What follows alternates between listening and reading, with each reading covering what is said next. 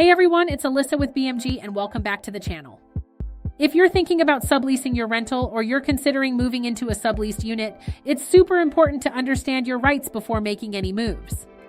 In this video, we're breaking down the key things you need to know when it comes to subleasing a property, so you can stay protected and avoid any headaches down the line. Let's start with the basics. What is subleasing?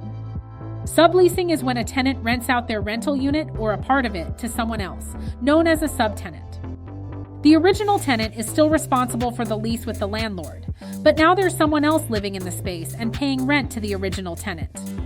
Sounds simple, right? But here's the thing. Subleasing isn't always allowed, and even when it is, there are rules you've got to follow. Your first step is to always check your lease agreement. Many leases specifically state whether subleasing is allowed. Some completely prohibit it, some require landlord approval, and others allow it freely. If your lease says subleasing is not allowed and you do it anyway, you could face eviction, even if your subtenant is great and pays rent on time. So bottom line, read your lease. Landlord approval. In many cases, you'll need written permission from your landlord before you can sublease, and landlords are usually allowed to say no, as long as they're not discriminating or being unreasonable. If they do deny a potential sublease tenant, they usually need to provide a valid reason. Things like poor credit history or criminal background checks on the subtenant can be legitimate reasons to deny the sublease. If they approve, make sure you get that in writing.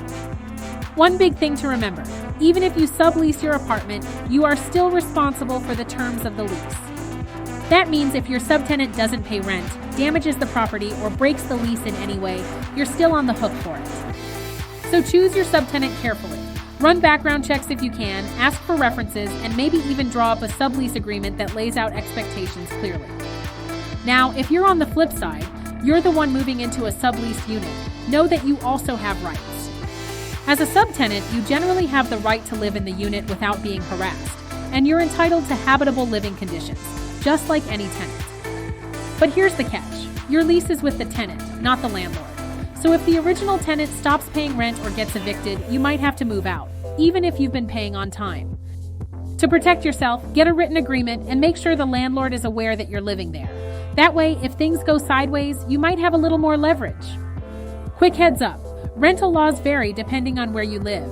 Some cities and states have strict rules about subleasing, others are more relaxed. So do a little research on your local landlord-tenant laws, or better yet, talk to a legal expert or a local tenant advocacy group if you're unsure. Subleasing can be a win-win when done right, but only if everyone knows their rights and responsibilities.